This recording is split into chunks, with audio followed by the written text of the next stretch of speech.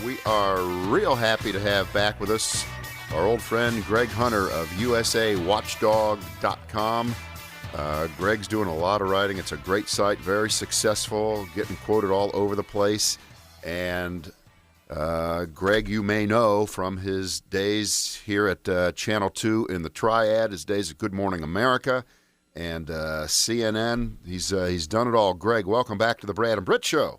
Oh, good to be here, you guys. I'm happy to be on your show. You guys are great.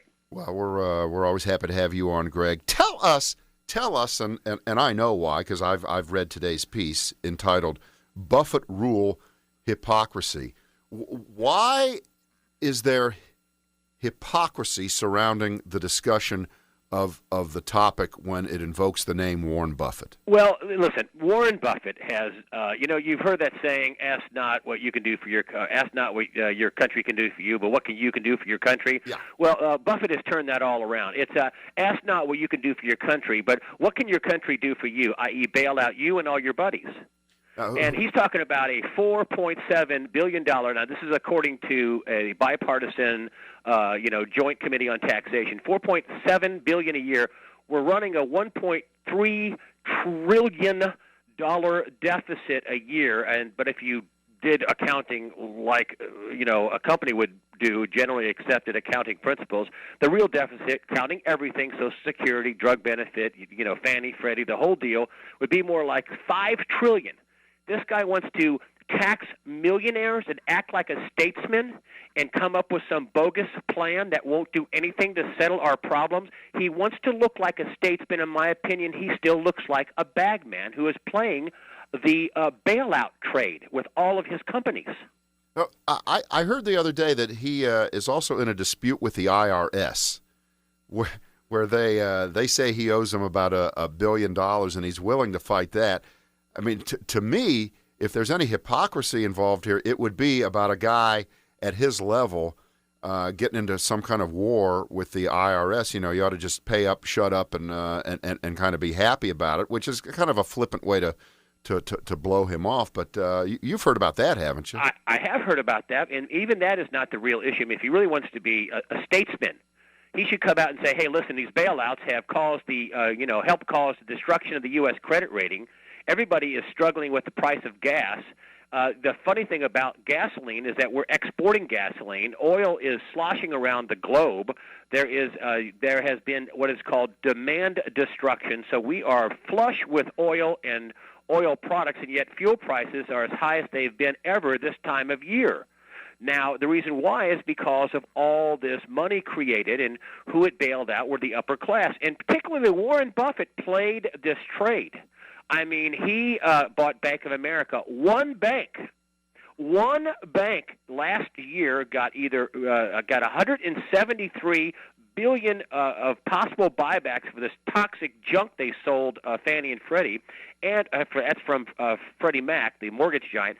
And then on the other end, on Fannie Mae, took $73 billion off Bank of America's book. Added all together, it's $200 billion in government largeness for one bank, Bank of America, a bank he bought and has already made, if he sold today, if the stock price held from last weekend, he already made $750 million. Do you understand the hypocrisy we're talking about here? You got in your article, you say that when Buffett, Munger, Berkshire Hathaway shareholders, and all the bankers could have done after the meltdown of 2008, when they asked what Buffett said they should have done, suck it up and cope. Yeah, that's what he told the little people. That's what Charlie Munger. Remember that? Yeah. In 2010, he said, "Suck it up and cope." I love it. He said, when you think of all the troubles you have, you shouldn't be bitching. This is his words, bitching about a little bailout. A little bailout. Yeah. We're talking tens of trillions of dollars, of which Warren Buffett has spread all through the economy. Some of his biggest benefactors are the banks. Wells Fargo is a big holding in his fund. They got TARP money. They got 0% interest rates. They got also this phony. People don't realize the problem is so big. They suspended accounting rules or changed accounting rules for you to value toxic assets at whatever you think you can get for them in the future. Well, your books could look pretty good if you can value mistakes at something that's going to be positive no matter what. Well, but Greg Hunter, doesn't Doesn't this make the discussion over marginal tax rates, a couple percent here or there for people that make $1 million or more, seem extremely insignificant in the larger sweep of things? Without question, we need serious statesmen. I mean, people that'll pull the punch bowl away and say, "Hey, listen, folks. Number one, we're stopping all bank bailouts. Number one, Fannie, Freddie, poof, you're gone." That's what should have been done in 2008. And had that been done, yes, it would have been worse. But all we had to do was backstop $6 trillion in deposits. That's your capital base. And I don't care who you were. If you were a depositor at a bank, you would have your money. Now, bondholders, shareholders, AIG, Goldman Sachs, General Electric, poof. Sorry. General Electric should have been David Stockman, the former budget director under the Reagan administration, said that, hey, listen, people like General Electric should have taken their share price to $1 a share. Jeffrey Emmett, who went to Harvard Business School, I don't understand that. Went to Harvard Business School, you made crazy bets, you leveraged up your company to the hilt, and then when it blew up, you became the job czar. This is Jeffrey Emmett, and you got bailouts and backstopping by the government. Same thing with Goldman Sachs. All companies that Buffett invested in, they're all doing great jobs. Hey, we got a call here for you, Greg, from caller Tracy. Hiya, Tracy. Craig can hear you. Go ahead. Yeah, hey, guys. I just had a thought. I'm looking at this Warren Buffett and his relationship with the Obama administration. I just wanted to see if Greg might agree with this. And it may be a little simplistic, and maybe I'm late to the party, but I'm thinking, why is this older gentleman, this guy that's made his money in America, doing what makes America great, so close to this Obama administration, who absolutely is opposite of what their ideals are opposite of that, and I'm beginning to believe now. It just kind of came to me the other day that Buffett is just playing Obama. He saw this young guy come into office, and he's playing him for the. Okay, all right, we get the idea. Now, Warren Buffett is a social liberal. There's absolutely no doubt about it. I mean, he's been that way his whole life. I mean, I think he didn't get divorced and he lived with another woman for about 30 years. I mean, the whole thing. I mean, good for him. Good for him. Greg, what do you think of the relationship though between these two? Listen, there's a dime for the difference between the Republicans and Democrats on this, and I want to make sure I point that out. That I am not I'm all for Mitt Romney. There's no difference. This is a kleptocracy. We're talking about major financial crimes that were caused.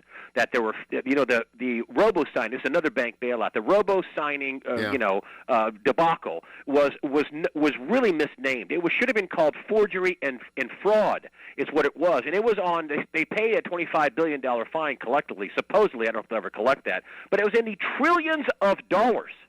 And 1,000 financial elites were successfully prosecuted in the wake of the savings and loan crisis in the early to mid-'90s. Yeah. This is 70 times bigger. Not a single financial elite has gone to jail. And then people like Warren Buffett, this is why his hypocrisy, he throws holy water on it. Oh, well, if Buffett thinks it's okay, well, it must be okay. No, it's not okay. You want to have capitalism, that's fine. You want to make bets? Great. You want to pay yourself billions of dollars? Fantastic. Listen, if it blows up and you have a problem, if GE or Goldman Sachs or Bank of America or Wells Fargo, and you need a government bailout, hey, suck it in and cope. We have bankruptcy courts. It's called creative destruction. I'm a capitalist. What they're doing is socialism and fascism at a corporate level. And we would be on our way out of this by now. According to Bernie Sanders, you can Google this, $16.1 trillion in bail, $16.1 trillion. Suck that in. That's just on one bailout. We bailed out the world. We bailed out Harley-Davidson, Toyota, Sogen overseas. We bailed out Bank of America. We bailed out Citi. We bailed out the world. So let me stop you there, Greg. When we talk about creative destruction, I think the company that's most associated with that now would be Bain Capital, and I don't know whether that's rightly or wrongly, but that's what I think of when I think of that phrase. So you're saying they're part and parcel of the whole problem? Went into Staples, and they fired people. If they would have messed up, nobody, and I mean nobody, would have been there to bail them out. And I'm not a big Romney supporter or whatever, but he's not a vulture. He's a capitalist. You risk your capital. You can get a pie in the face. You can go bankrupt. And so he saved Staples. I mean, Staples would have gone under Chapter 7, liquidate, toodaloo, bye-bye. They saved that company. When you want to risk your capital, you want to make big bets and get big rewards, that's fine. I don't like the federal government backstopping it, and look what happened to our credit rating. It's been cut again by Egan-Jones. Likely S&P is going to cut it again. That raises our borrowing cost. Look at the debasement of the dollar. The global powers, the BRICS, Brazil, India, Russia, China, they want to use something else. And woe be Americans when we lose our world reserve currency status. You're going to see inflation like crazy, and that's what it boils down to the man in the street. You go to the grocery store, I got 3 bags of groceries, $75. You go to the gas station, I fill my car up with 3/4 of a tank, of gas, $52. This is what that looks like. Let them eat cake. That's what caused the French Revolution, inflation, because your wages never grow faster than inflation. But if you're at the front of the spigot, like Warren Buffett, like Jeffrey Immelt, like Lloyd Blankfein, if you're at the front, inflation good. Greg, just about a minute to go here. The whole idea with the Buffett rule, though, we know this is about politics in an election year and trying to make a statement over who gets taxed and who doesn't get taxed. Do you think that we'd just be better off, and I thought this morning when I read it, would we not be better off to going back to what Reagan did, maybe not identical but close, back in 1986 with that tax reform bill where all income would be taxed at, well, it was 28% back then. Listen, we probably do need some sort of tax increases, but you could tax every dime from everybody, and our debt is so big it would not pay it off. So we need massive cuts, and that is the problem. And I mean, nobody, now, the Ryan plan, you talk about Ryan, we need $5.3 trillion. That just slows the growth of government. He doesn't say a word about cutting off Fannie and Freddie and FHA and all these other backdoor bailouts. 0% interest rates. You had the president of Brazil come to Obama's office. People didn't catch this, but she said, hey, 0%, you got to stop that. Why? We are exporting inflation.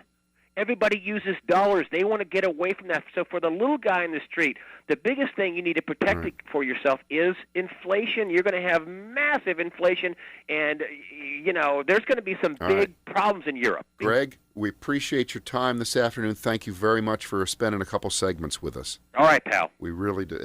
I'm excited, man, because things are not good like they say they are.